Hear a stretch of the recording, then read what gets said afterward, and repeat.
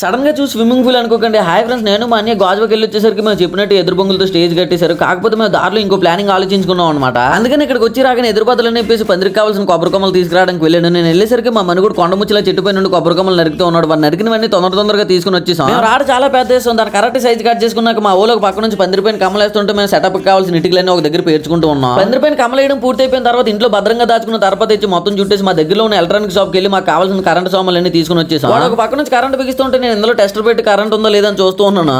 ఎవరురా నువ్వు ఇంత టాలెంటెడ్ ఉన్నావు? పందిరిలో ల్యాంప్ వెలిగించేసి ఇంటికి వెళ్ళి ఫుల్ గా తినేసి వచ్చి చూసేసరికి మన్ని వర్క్ చేస్తూ ఉన్నాడు. ఫస్ట్ ఇటుకలతో సర్కిల్ కట్టుకుని దాని చుట్టూరు తరపా చుట్టేసి దానికి మట్టి ఎతికిస్తూ ఉన్నాడు. నేను ఇప్పుడు తవ్వేది మా ఇంటి పున్నది. ఒకప్పుడు మేము ఎక్కడ ఉండేవాళ్ళు, ఏ మాటగా మాట చెప్పాలి కానీ మా అన్ని మాత్రం మినీ స్విమ్మింగ్ పూల్ భలే కట్టాడు. చూడడానికి అచ్చం అలానే ఉన్నది కదా. ఈ రోజు వినాయక చవితి, ఇంకప్పుడు మీ వినాయకుడు వీడియో పోస్ట్ చేస్తాను అంటారు, అది కూడా పోస్ట్ చేస్తాను. కాకపోతే ఈ మినీ స్విమ్మింగ్ పూల్ ఎలా కట్టో మీ అందరికీ చూపించాలని అనుకున్నాను, చూపించేశాను. ఇంతకీ వీడియో అనిపించేది కింద కామెంట్ చేసి వెళ్ళే ముందు మన అకౌంట్ ఫాలో అండ్ సబ్స్క్రైబ్ చేసుకుని నెక్స్ట్ వీడియో మళ్ళీ కలుసుకుందాం ఫ్రెండ్స్.